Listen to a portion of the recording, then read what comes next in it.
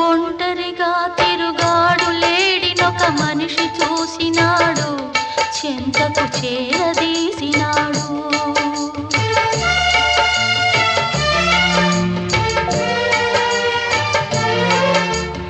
అభమో శుభమో తెలియని లేడి అతనిని నమ్మింది, తన హృదయం పరిచింది. ఆ తరు